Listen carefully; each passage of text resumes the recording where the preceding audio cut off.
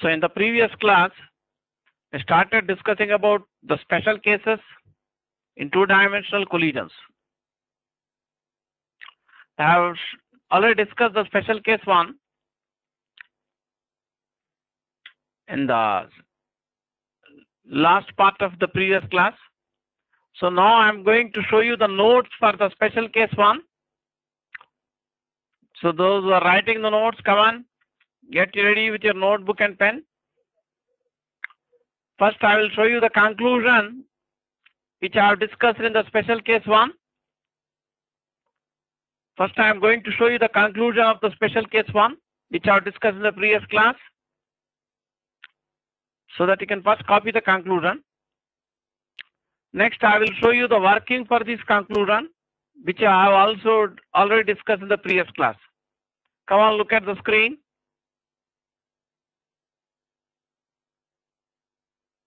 The ball collides elastically with a fixed plane, and if the surfaces in contact are smooth, then the ball rebounds with the same speed and at the same angle with the normal to the plane.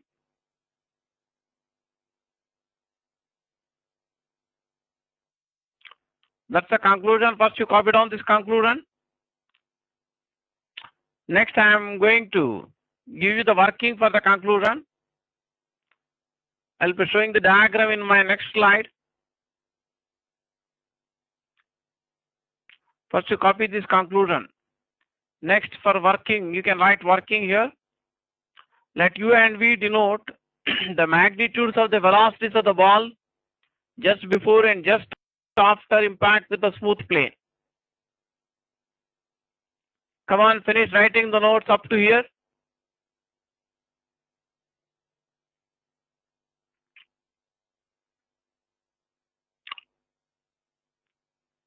In case you need more time to copy the working, you can take a pause and take your time to copy the working.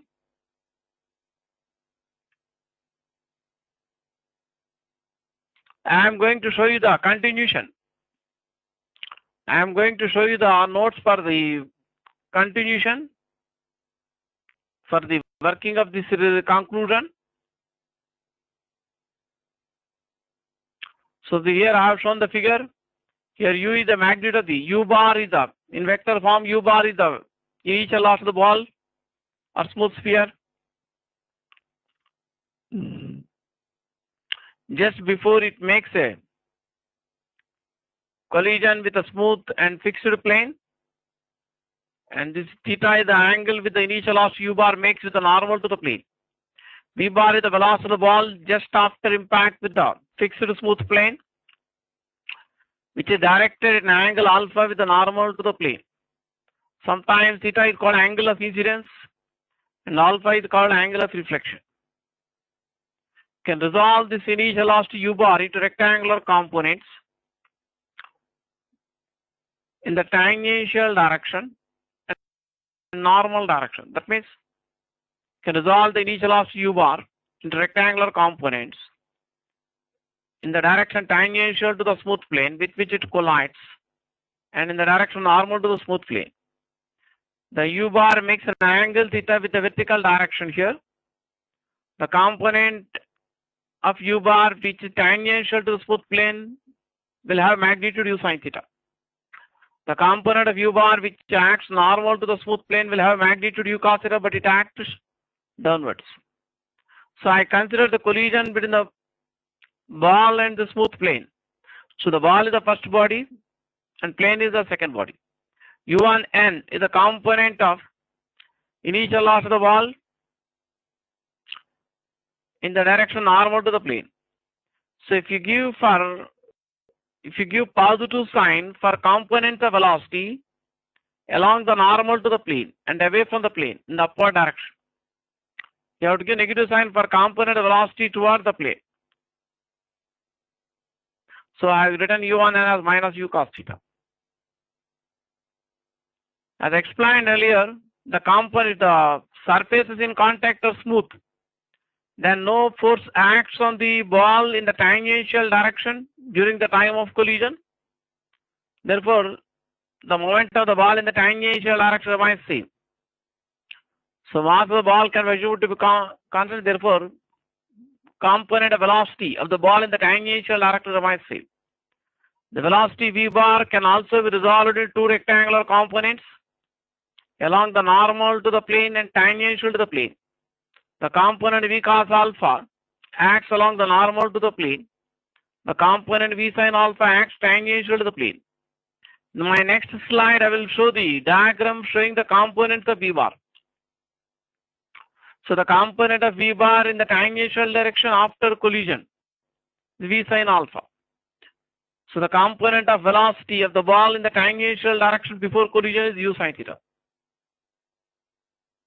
So the component of velocity of the ball in the tangential direction, that is the direction tangential to the plane, remains unchanged. So you can write v sin alpha equal to u sin theta. In the normal direction, you can use the equation for coefficient of restitution, which looks similar to the equation I have discussed in one-dimensional collisions.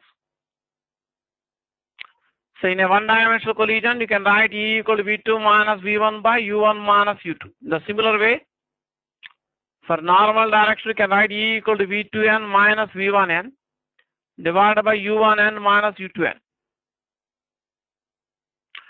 So U1n and U2n are the components of initial velocities of the two bodies in the normal direction before collision.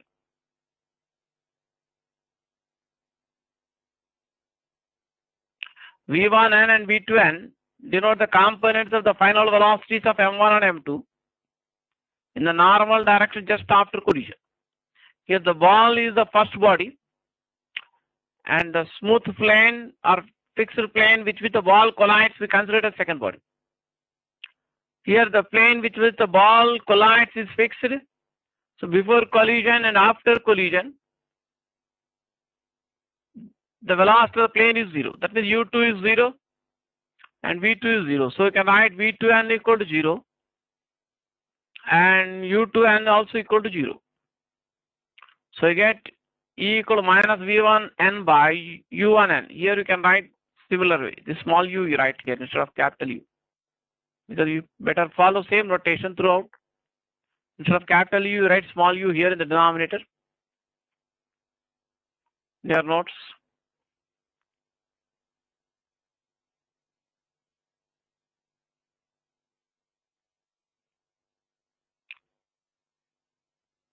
So you can copy down this.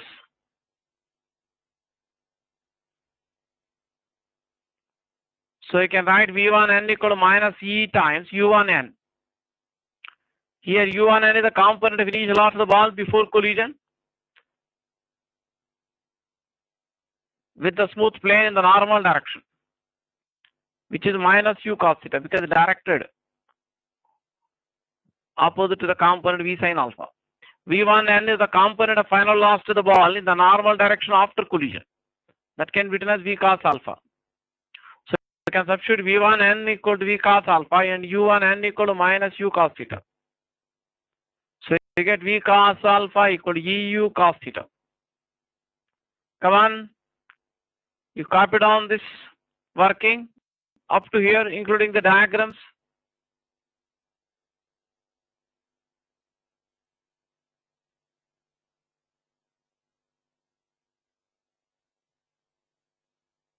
Including the diagrams, you copy down the whole working.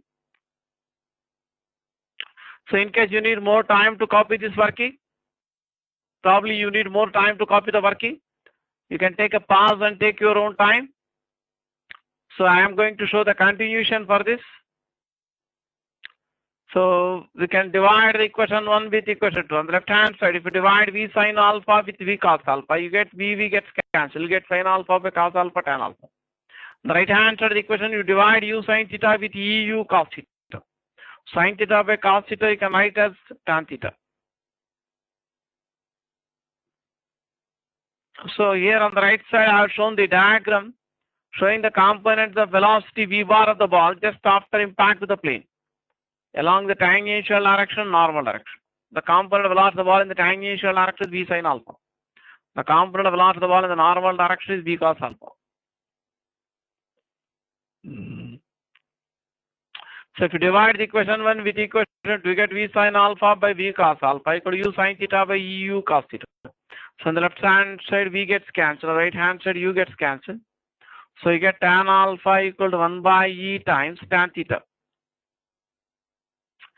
So if the collision is perfectly elastic, then E equal to 1. So if you put E equal to 1, you get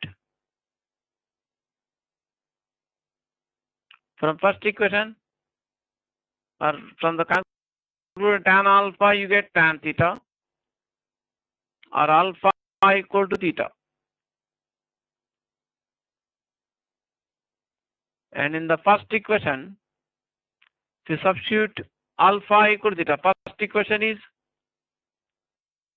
v sin alpha equal to u sin theta. So if alpha equal to theta, then sin alpha will be equal to sin theta. So you get v equal to u, which I have written directly here. That means if the collision of the ball with the smooth and fixed plane is perfectly elastic, the ball rebounds with the same speed with which it strikes the smooth plane, and also the same angle theta with the normal to the plane. So there is one more conclusion I wanted to discuss, which I have not mentioned in my previous class. Suppose this also can write, if the collision of the ball completely inelastic, the collision of the ball with the plane is completely inelastic,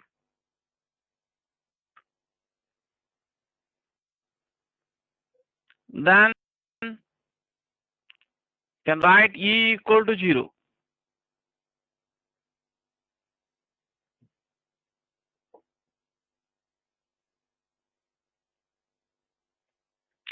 So if the collision of the ball with the plane is given to be completely inelastic, then E equal to 0. If you substitute E equal to 0 here, so tan alpha equal to 1 by E, that is 1 by 0 into tan theta, that is 1 by 0 into infinity, or alpha equal to pi by 2, or means alpha is 90 degrees, pi by 2 radian or 90 degrees. So from, or otherwise from second equation also you can see. From first equation, v sin alpha equal to u sin theta. We take alpha equal to 90 degrees on the left hand side of the first equation. V sin alpha becomes v sin 90 degrees or v equal to u sin theta. But with the velocity of the ball after the collision will be equal to the tangential component. That means, try to show you the situation roughly in the diagram. The same diagram which I had drawn earlier.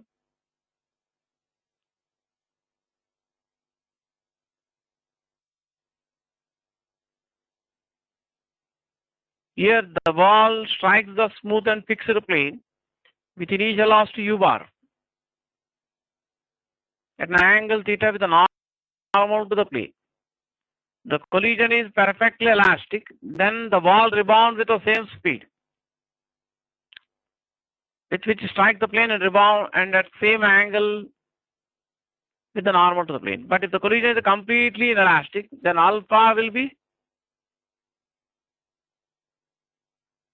90 degrees and v will be u sin theta. That means after the collision,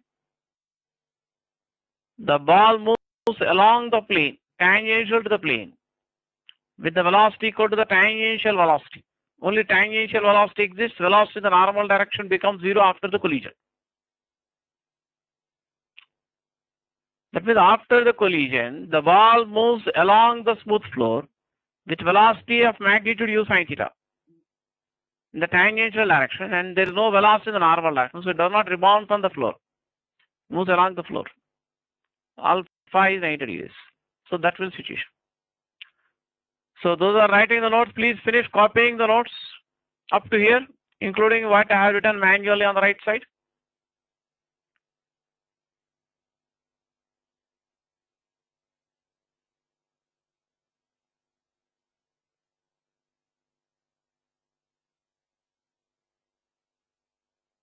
So in case you need more time to copy this, you can take a pause and take your time.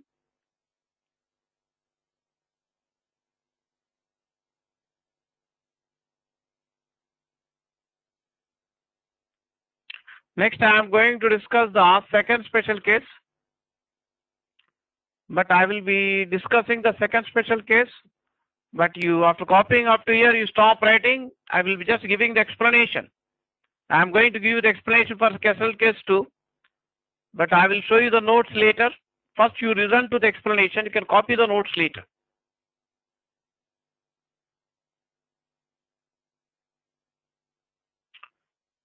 So, I am going to discuss next another special case. I call it case 2 in two-dimensional collisions. Please stop writing now. You just concentrate only to listen. I will give you the notes for this case 2 also separately next after the discussion.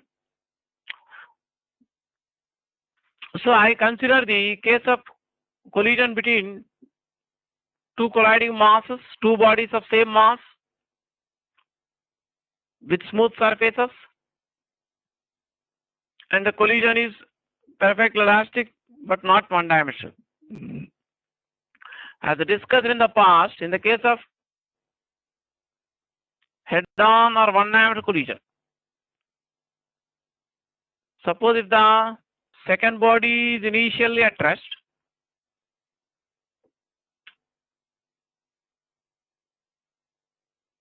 if you consider the case of one-dimensional or head-on collision between two smooth solid spheres, two uniform solid spheres, so the second body is initially at rest. In the initial velocity, the first sphere is directed along the line joining the centers of mass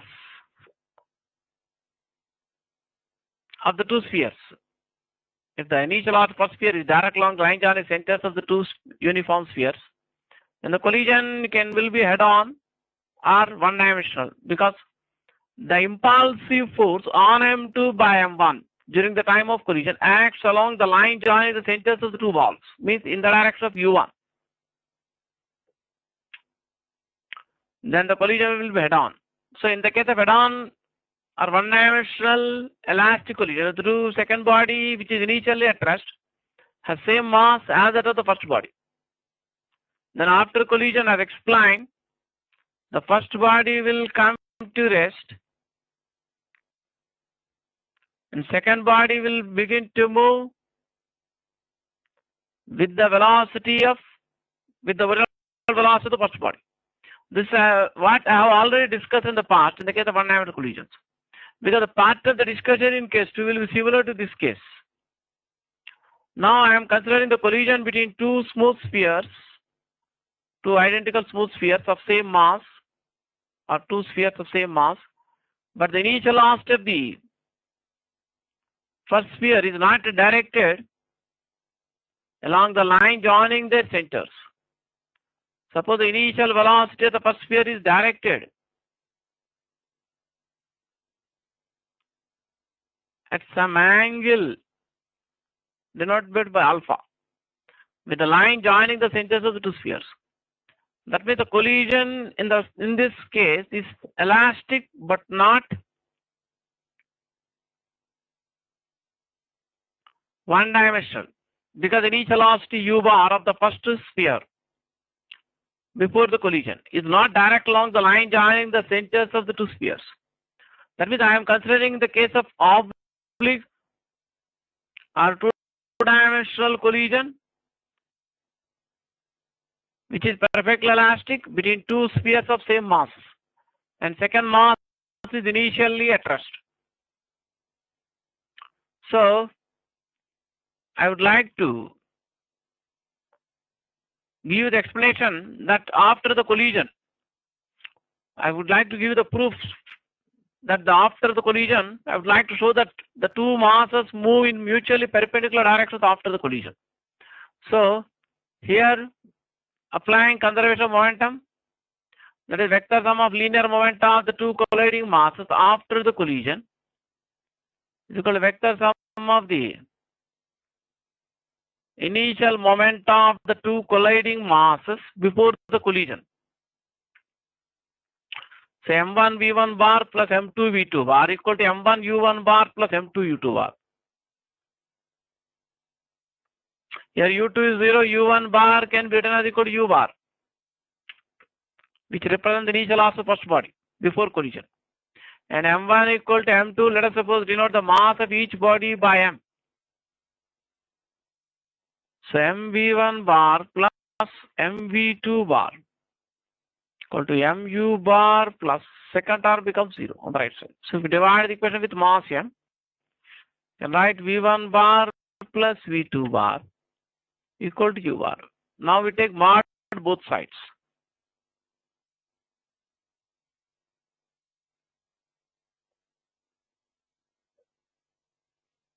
Then we square the modulus, that is square the modulus of resultant of v1 bar and v2 bar is equal to square of the modulus of v bar. As we studied earlier in vectors, if vector mod of a bar plus b bar is root of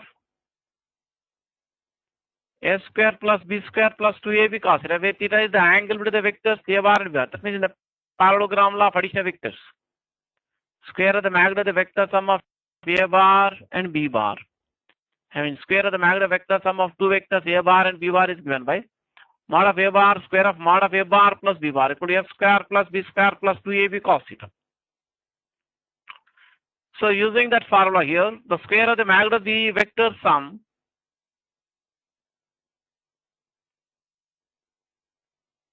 of v1 bar and v2 bar, you can write v1 square plus v2 square plus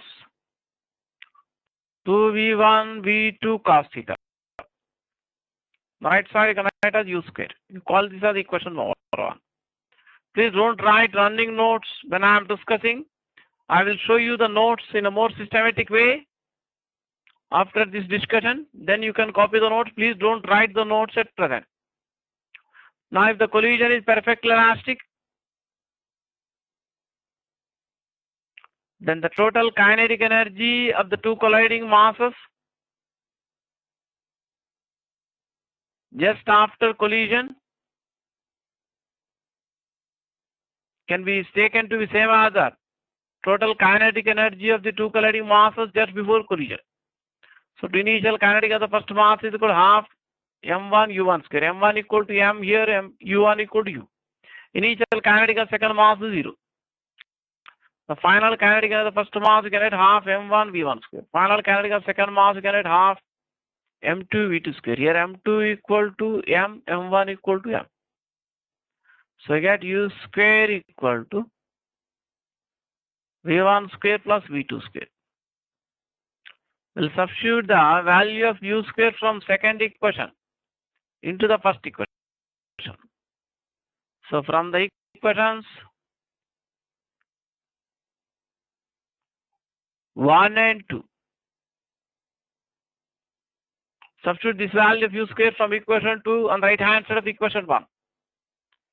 You get v1 square plus v2 square plus 2v1 v2 cos theta equal to u square. You can write v1 square plus v2 square. So if you v1 square plus v2 square gets cancelled on both sides, you get 2v1 v2 cos theta equal to 0. The collision is perfectly elastic. So from equation 1, 2, you can say that none of the two quantities v1 or v2 can become 0 here when the two bodies have same mass. Therefore, cos theta must be 0. Here theta is the angle between the two vectors v1 bar and v2 bar. So cos theta equal to 0, with theta equal to 90 degrees. That means after the collision, the angle between the velocities of v1, two colliding masses becomes 90 degrees. That means after the collision, the two colliding masses move in mutually perpendicular directions. So if a smooth solid sphere makes a head-on, oblique, not head-on, oblique elastic collision with another stationary solid sphere of same mass, then after the collision, the two colliding masses move in mutually perpendicular directions. You can arrive at the same conclusion by using the discussion I have done earlier. Earlier I have discussed the collision between two smooth solid spheres. In the case of collision between two smooth solid spheres or between two smooth spheres with uniform distribution of masses, so the center of mass of each sphere coincides with the center of that sphere. Then, as I told you, the surfaces in contact during the time of collision are smooth, and the component velocity of each sphere in the tangential direction remains same. And in the normal direction, for velocities in the normal direction, the collision can be regarded like a one-dimensional collision. So here, in the case of one-dimensional elastic collision, as I discussed in the past, that if the two colliding bodies have same mass and second body is initially at rest, then after the collision, the first body comes to the second body, takes the velocity of the first body. That means the second body starts moving with the original velocity of the first body. The similar reasoning can be used here for normal direction. Here, in the normal direction,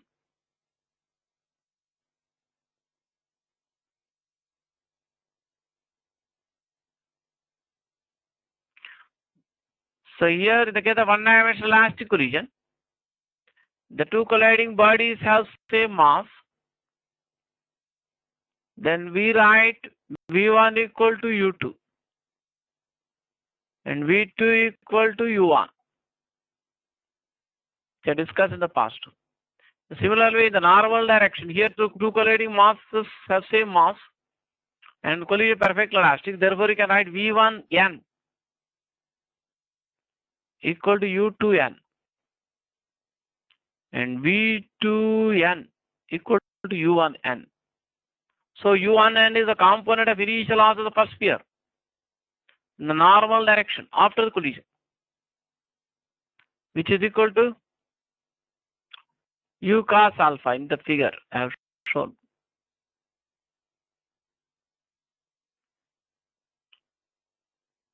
And U2N is the component of initial mass second sphere in the normal direction before collision. Before collision, second sphere is at rest. So initial mass second sphere in the normal direction becomes 0. That means the velocity of M1 in the normal direction becomes 0 after the collision. But velocity of M1 in the tangential direction after collision will be same as its initial velocity in the tangential direction before collision. So V1T is the final velocity of M1 in the tangential direction after collision.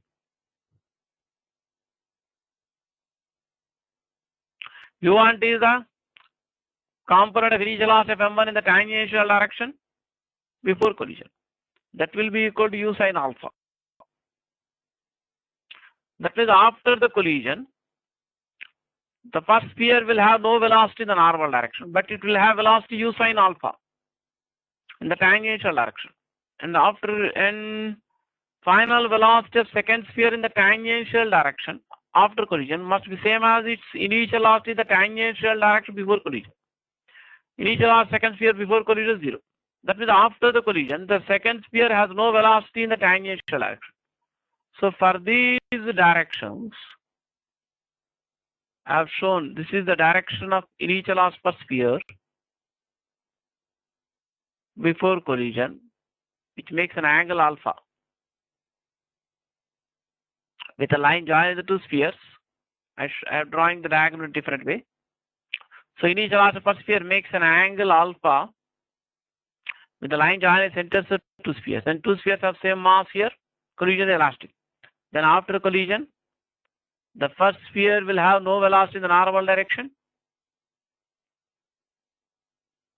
So after the collision, the first sphere will move in the tangential direction. So velocity per sphere after collision is same as equal to the velocity in the tangential direction, that is u sin alpha. But second sphere after collision moves in the normal direction. That means in the normal direction, the velocity of the first sphere will be in the tangential direction. So this should be taken as v2 here.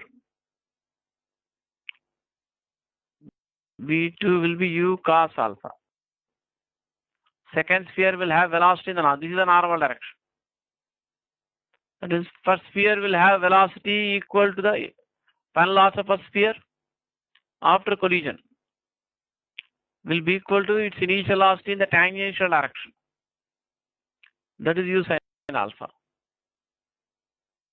That means after the collision, the first sphere moves with velocity of magnitude u sin alpha in the direction tangential to the two spheres to the points of contact at the time of collision. And second sphere moves in the normal direction with velocity of magnitude cos alpha. That means after collision, the two spheres move in mutually perpendicular directions. Next, I am going to show the notes for the same case 2. Now you get ready again with your pen and notebook. I am going to show you the notes for same case 2. First, I will show you the conclusion, which you can copy the conclusion. Better remember the conclusion so that you can answer some of the objective questions related to this case faster.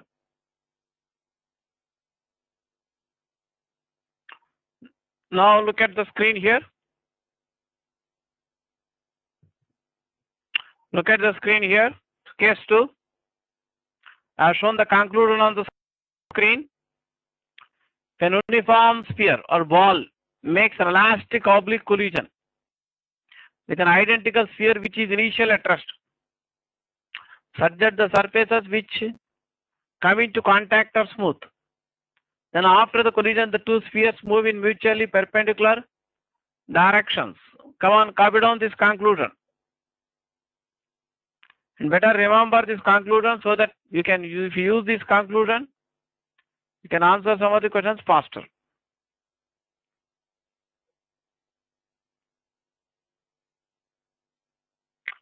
In case you need more time to copy this conclusion, you can take a pause and take your time. I am going to show you the continuation for this.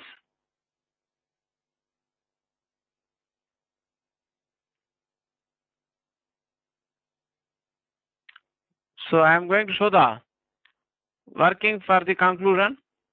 From momentum conservation, cannot m1 u1 bar plus m2 u2 bar equal m1 v1 bar plus m2 v2 bar. Here m2 equal m1 equal to m. Let us suppose and u2 is 0 and u1 equal to u. Therefore, if you substitute u2 equal to 0, m1 equal to n, m2 equal to m, u1 equal to u, you get mu bar equal to m into v1 bar plus m into v2 bar. If you divide the equation with m, we get u bar equal to v1 bar plus v2 bar. Squaring both sides, you get u square equal to square of the magnitude of vector sum of v1 bar and v2 bar. Come on, all of you first finish copying the notes up to this step. If you finish writing the notes up to this step, then I can show you the continuation for this on the screen.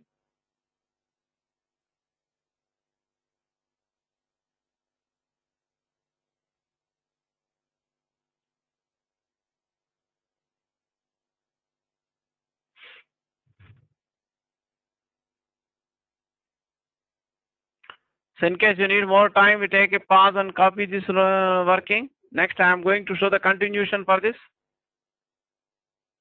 So you can write square of magnitude of v1 bar plus v2 bar. You can write v1 square plus v2 square plus 2v1 v2 cos theta. Theta is the angle between v1 bar and v2 bar. We call this the equation 1. As the collision is elastic, you can write sum of the final kinetic energies of the two spheres or two bodies after collision is equal to total initial kinetic system. So initial kinetic of the first body is half mu square. Initial kinetic of second body is 0 because second body is initial at rest. So final kinetic energy of first body after collision is half mv1 square. Final kinetic energy of second body after collision is half mv2 square. So total kinetic energy of the two colliding bodies after collision will be half mv1 square plus half mv2 square. which can be equated to the total initial kinetic energy before collision. The collision is perfectly elastic. Divide the equation with mass m, or can half m is a common factor, gets cancelled both sides. You get v1 square plus v2 square equal to u square. Now substitute the value of u square from second equation into the first equation.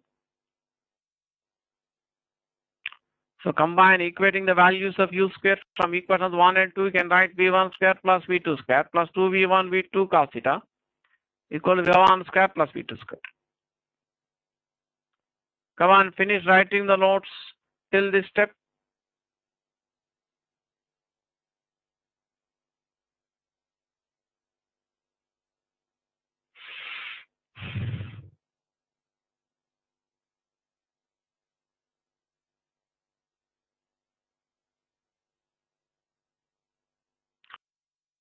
So you can cancel v1 square plus v2 square on both sides of the equation. You get 2v1 v2 cos theta equal to 0.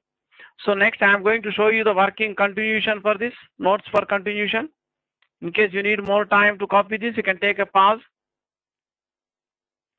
So 2v1 v2 cos theta equal to 0 you get, or cos theta equal to 0, or you get theta equal to 90 degrees.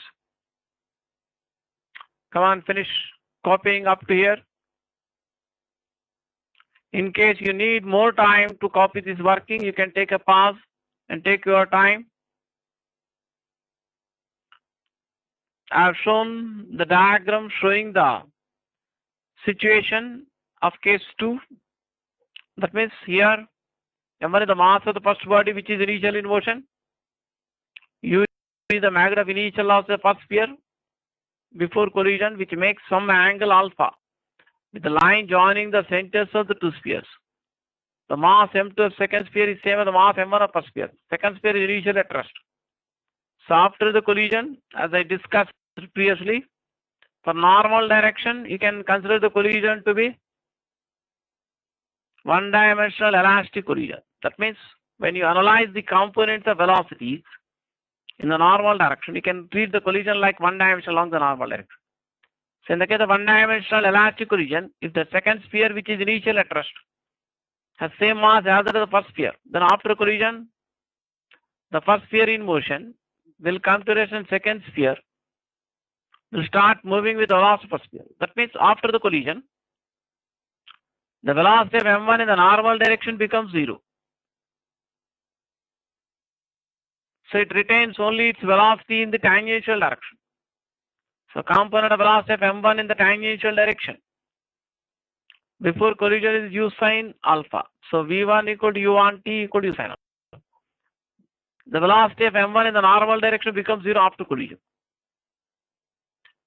And velocity of m2 in the normal direction after collision, same as the initial velocity of m1 in the normal direction before collision, which is equal to u cos alpha. That means after collision, m2 moves with velocity of magnitude u cos alpha in the direction normal to the surface of two spheres or along the line joining the centers of two spheres before collision. Then after the collision, first sphere will have no velocity in the normal direction, it moves in the tangential direction with velocity of magnitude sin alpha. If you want to copy this diagram, you can take a pause and copy this diagram. So I am going to show one problem based on one of these special cases. If you finish writing after this, in case you need more time to copy the diagram, you can take a pause and take your time.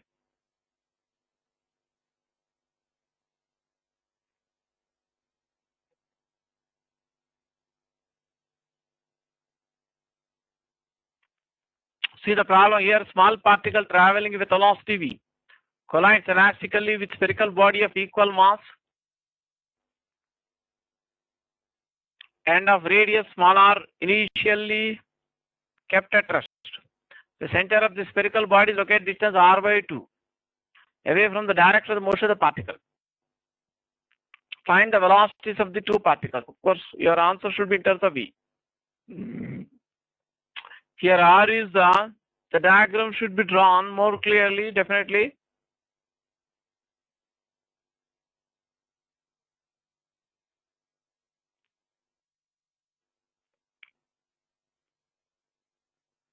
So this radius of this sphere is r.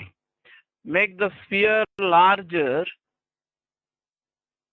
than what I have shown in the diagram, so that the direction of the motion of the first particle, small particle, makes an angle, is at a distance r by 2 from this reference line. It's r by 2 should be less than r, is it right? So I try to show the diagram on the right side. I will discuss the solution of this problem now. So I have tried to show the situation roughly on the diagram. This is the particle which is moving with velocity of magnitude v, so that the line of direction of the velocity v of the particle before collision is at a perpendicular distance r by 2 from this horizontal line. That alpha denote the angle which with this velocity v bar of the particle, initial velocity v bar of the first particle before collision makes with the normal direction. That means the direction normal to the surface of sphere through the point of contact at the time of collision. So you have a right angle triangle here. The length of hypotenuse side equal to r, that is radius of sphere. This distance equal to r by 2. So sin alpha you can write r by 2 divided by r, opposite side of hypotenuse, r 1 by 2. So you get alpha equal to 30 degrees. So the velocity of the first particle acts at an angle alpha with the line normal to the surface of sphere. So component of initial of the first particle in the normal direction, which we denote by u1n, is equal to v cos alpha. The component of velocity of the first particle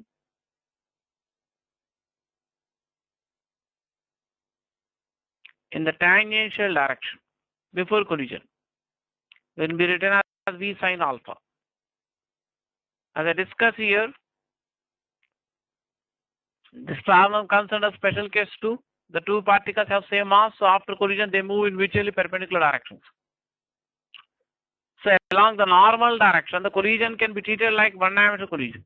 As I discussed earlier, in the case of one-dimensional elastic collision, the second body is initially at rest. Then after collision, the first body in motion will stop and second body starts moving with the velocity of the first body. That means the final velocity of the second particle in the normal direction, same as the initial velocity of the first particle in the normal direction, which is equal to v cos alpha. The final velocity of the first particle in the normal direction, same as the initial velocity of the second particle in the normal direction. Second particle is sphere, which is initial at rest. So after the collision, the velocity of the first particle in the normal direction becomes 0. Therefore, but velocity in the tangential direction remains same.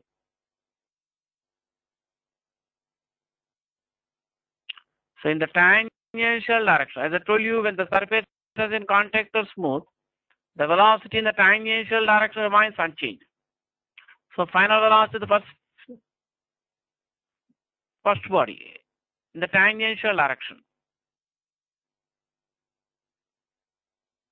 is equal to initial velocity in the tangential direction, that is u1t,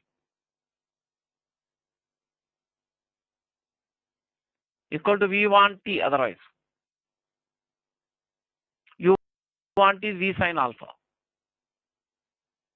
And final velocity of the second sphere in the tangential direction, same as its initial velocity in the tangential direction. Before collision, that is 0. That means after the collision, the sphere will have no velocity in the tangential direction. That means in this direction.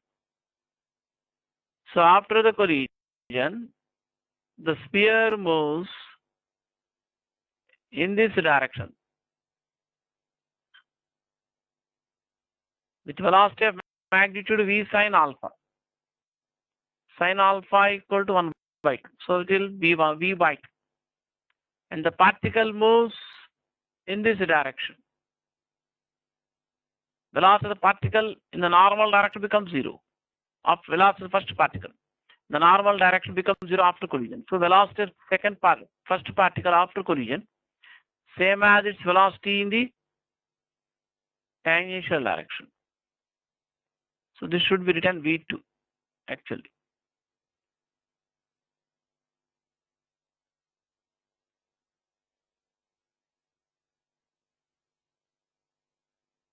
This should be taken as v cos alpha. v2 equal to v cos alpha. That is v cos alpha is v cos 30 degrees. V cos 30 degrees. So v2 finally you can write, but v root 3 by 2. And v1 equal to v sine alpha. Sine alpha is 1 by 2. So v by 2. So finally the answers are v by 2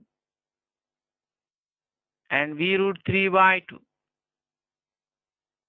That means after the collision, the first particle moves in this direction, tangential to the point of contact during that. In the direction tangential to the sphere through the point of contact of the particle with the sphere. And after collision, the sphere moves in this direction, that is along the normal to the surface, initial position of surface of sphere, like this. So after collision, the magnetic velocity of the first particle v by 2 and magnetic velocity of the sphere is v root 3 by 2. If you want to copy the solution of the problem, you can copy the solution of the problem. You can take a pause and copy the solution.